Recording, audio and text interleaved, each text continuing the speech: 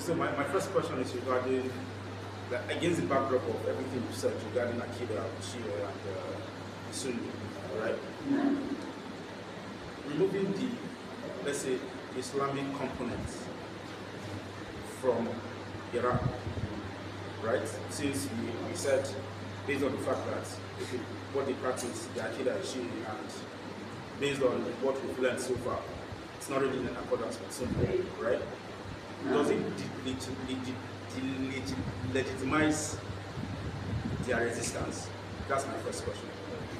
Then my second question is, now looking at the politics of the Middle East and the greater Israel project of the Zionist entity, the global Zionist entity, right?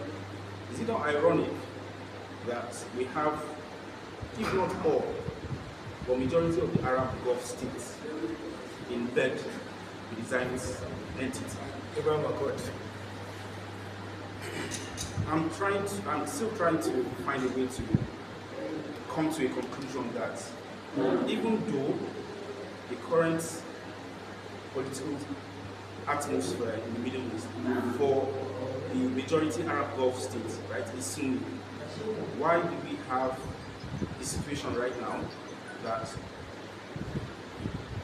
they are all in bed with the Zionist entity, and which will explain that the Zionist entity is not just Israel, it is the United States, it is Europe in general, right? So how do we, I'm still finding it a little bit difficult to synthesize what's happening. Because if we're saying the Sunni part of the Middle East is what we should aspire to be, right? What the Akida we should aspire to follow, right? Why do we have it in such a way that it looks like, yes, in such a way that we have military bases there, and if you're my neighbor, for example, looking at it from Iran's perspective, you're my neighbor, even though we don't agree 100%, not even 50%, right?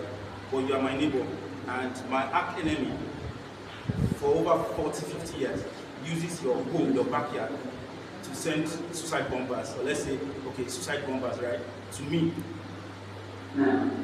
Does that delegitimize the fact that I have the right to retaliate, even though in a broader sense, they actually see everybody in the Middle East as Muslims, even though they have, we have the Shia and the Sunni.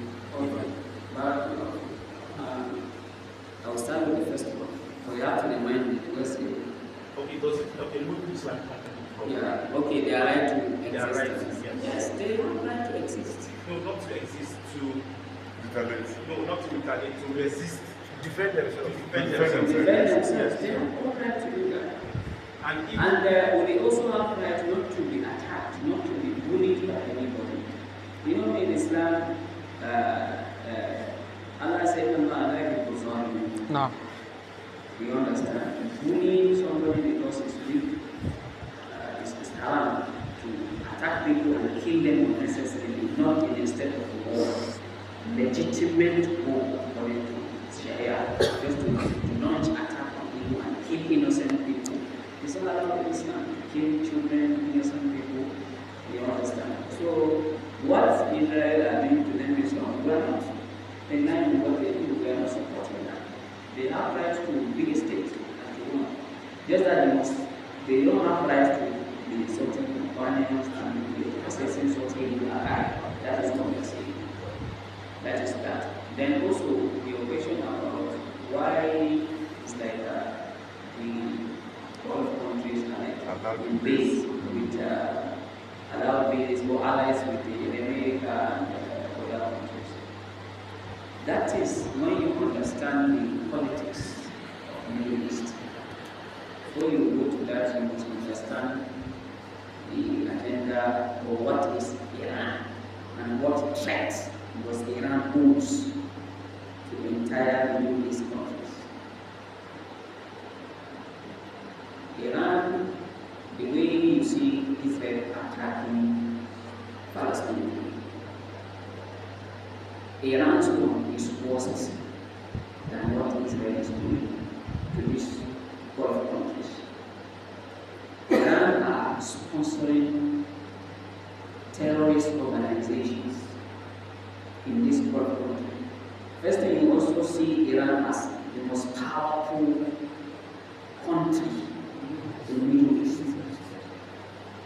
I think it's only Turkey that can stand it. Then Israel has been supported by the Americans. But besides Turkey, Israel is the most powerful nation in that area. That is one thing you must see in mind. After seeing that, then we also see that they are sponsoring, arming, financing terrorist organizations in all of these Middle East countries. I gave an example with Hezbollah. Iran sponsored Hezbollah in Syria. Iran sponsored the government of Syria of Bashar al-Assad. You know, it's Shiite also. They killed more than 600 Muslims, Sunnis in Syria. Bashar al-Assad, his video is reported on these days. I confess that Iran supported him with weapons, funds, and the rest. Also, the same Hezbollah, Iran sponsored them at Lebanon. Now, the state of Hezbollah, the strength of Hezbollah in Lebanon now is almost like that of the military of the state, because they say after the checkpoint of military, you go to checkpoint of Hezbollah in Lebanon. They are so powerful, and they are doing all executing Iranian what? Ambitions and objectives. And either because they are Shiites. And another thing about, let me go to that also. In Yemen, there's Houthis. Houthis are also Shiites, sponsored by Iran.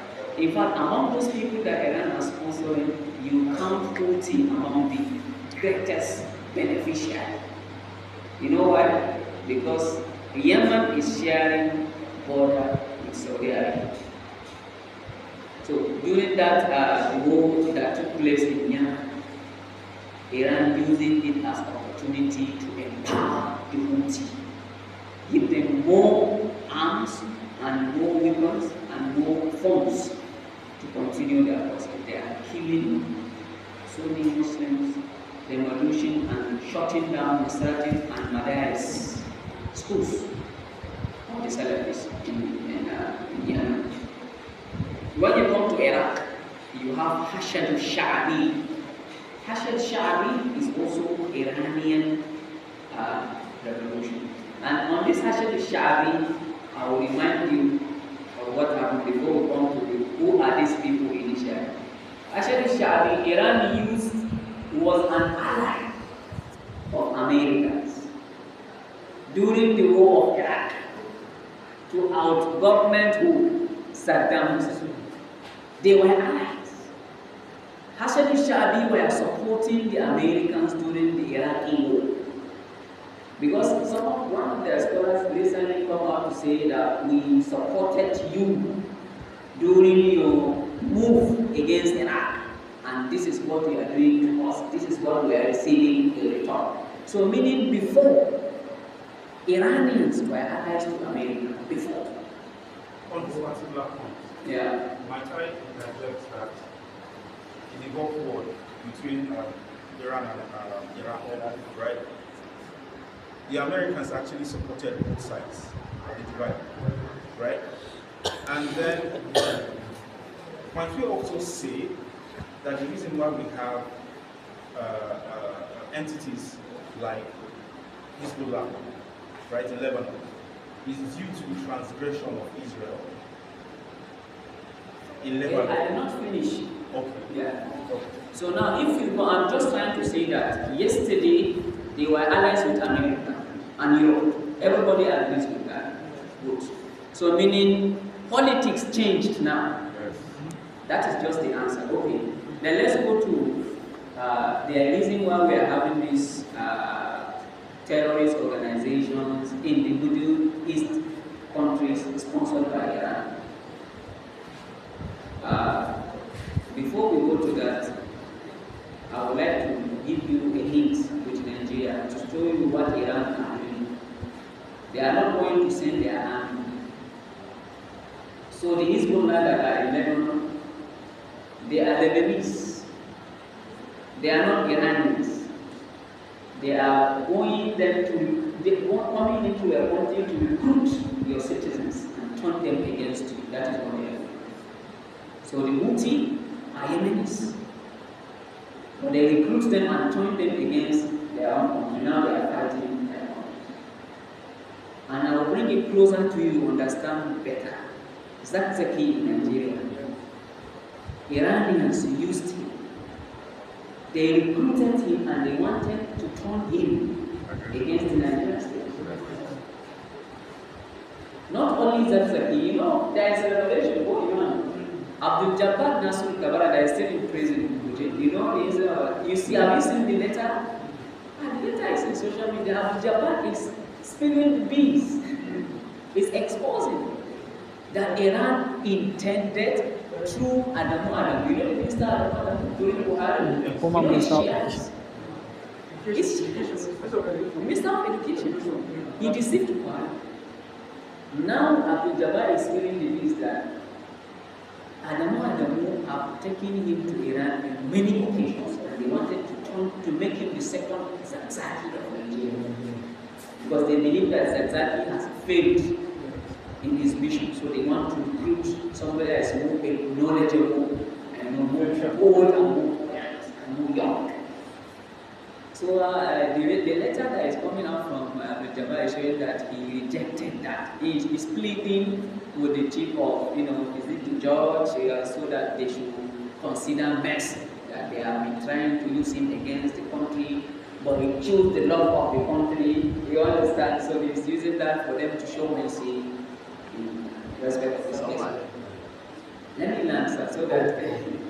So you see, they go to your country, use your people against you. Okay, now if you understand by this brief explanation, you'll be able to understand the threat that Iran poses to what? The Gulf states. Wallahi Azim is the major threat to the Gulf states. Even more than the Israel. Why? Because you see, Israel are killing at the number now at ground, and you can do your own research. The people killed by Israel in Gaza is not up to now, it's not up to 100,000, up to date. But people killed by Iran through the Hezbollah and the Bashar al-Assad in Syria is more than 600,000, only in Syria. We do not talk of the Ashad al-Sha'bi and what they are doing to the Iraqis, and Hezbollah in Lebanon, and Houthi in Yemen. So you see, it's only a very big threat. So now, if you understand this politics in the Middle East, then you also know that today we are having a situation whereby you must ally with a superpower. If you are not a superpower, you must ally with what? A superpower is something we all agree. So, Gulf countries allying with America is just a situation of what? Inviting somebody very powerful to serve as security. And it's politics, because even Iran is allied to who? To Russia and China. So meaning it's politics. You choose who to ally with among the superpowers. Iran chooses Russia and China, and then they choose America to ally with.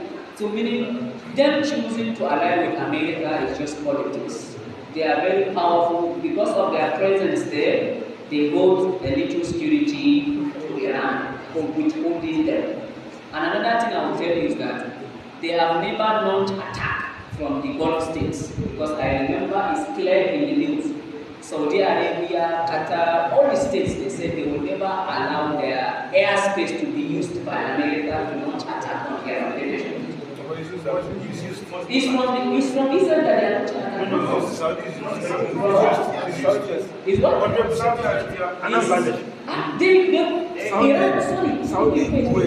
I'm talking about before Iran launched attack on them. They said they will not allow their military base to be used, their airspace to be used. But what did then happen? Iran launched attack. So, okay, let me also go to another thing why those people are there, the Americans. After understanding that it's politics, they look in Islam, it's allowed to invite somebody, even if it's a Kafir, to align with him, to partner with a Kafir. The Prophet partnered with Uzah. They are both. Partnership with a Kafir is not harm, if it is coming of benefit to Islam and the Muslims. The Prophet partnered with Uzah, and Uzah are kufar. So apart from that, also we should also understand the great significance of the Middle East. So wait, let me answer. The great significance of the Middle East is that Middle East is like a hot cake. It's a very strategic area, and also very important because of the resources that Allah has placed on that. Because of the resources, the petrol and whatever. And you know, wherever there is resources, the eyes of those people who are there. Well, willingly or unwillingly, they must force themselves into those areas. We all know what America is. Whenever there is petrol, whenever there are resources, the eyes are there. So whether you open your gates and partner with them, or you don't, they will break it and they come in. That is one thing you must understand. Another thing is the strategic area location. The geographic zone is very, in fact, the most strategic in the world. Maybe you see that is the reason why Allah blessed prophethood in that area. You see this, the Strait of Hormuz and what the canal, the man-made canal of Egypt, Suez Canal. That is the major route of transporting these mineral resources and this. So therefore, those people will never allow things to go not according to what they want. You know, they are the ones that do that man-made Suez Canal in order to cost going around Africa. So you know, the area is very strategic. They will never allow it. Whether you allow them or you don't allow them, they must come in. So it's better to partner with them and those who one last thing. Okay, so I think on this issue of Middle East, alhamdulillah, I talked on so many things, and this time is not enough for us. It's not enough at all. I really. So the only thing is, you have not emphasized on the strategic importance and the effect of Israel in all of this game. Okay, you know, that is not the question he asked me. I'm just responding to his question. It's related. No, you understand, he asked me why they are invading. Why they are invading with America. That is the question. So when you talk about Middle East, it's another thing. We all know who brought Middle East to that place. And we all know their agenda. And why Middle East is there, and Israel is there. We all know who brought Israel to that place, and the agenda was it. So it's not something we're all in. So we're not saying that these people are there on a mission. And maybe you agree with me if I told you that this because of how strategic is the place. Another thing, because of the mineral resources that Allah placed there, they must have their eye at that place. Maybe that is their reason why they force the Jews into coming to that place and they are empowering the government. And apart from that, you know, the place is like, you can call it a center of the religion in the world. Yes, it's a center. It's the center of the religion in the world. So they must force themselves in. And that is why they are doing what they are doing to Israel, and they are empowering them so that they hold a threat to also the existence of Islam and also the Muslims in the world region. So they are agenda on that. Okay, sir. So let him respond. Yes. So I think it is. Don't you think that it is a bit ignorant of, let's say, the Gulf states, to think it is just because of politics alone, right? That's why America is in the Middle East. No, they are not thinking that. They think they are there because of politics, because of the strategic, because of the resources and the resources, and because of the religion. They know. And they still align them. Right? Politics. It's politics, sir. If you see Iran, Saudi Arabia aligning with Israel, Iran is aligning with Russia and China. They are all kuffar. It's politics. Don't see it more than My that. question then was, as Muslims now, I think we're in a, Sorry, you asked your question, sir. Now, we're in what they call a quagmire in terms of who to support. Because the thing is, I understand where he's going from, consider all his points. And we are almost there, but we are not there yet. My point is, there are two things now. The narrative to an average person, layman, I might not put myself in that category based on my extensive knowledge into politics, is the Iranians are actually on the side of Islam, supporting the Muslim against the annihilation or being the power hegemon of that region. I don't know if you understand. They are trying to position themselves as. Are you aware of the? Are you aware of the Greater Israel plan? The greater Israel election, but not something that allow Allah to go home. From far away. Just to shed light. We don't want to expand it because people are possessing different opinions. Yes. One may prolong it, we will stop doing the talent and just be doing that. As Muslims, As you are having greater Israel plan, do you know about the greater Iranian plan? what? I don't think this They don't one know. will help. No, they want to take over Makkah.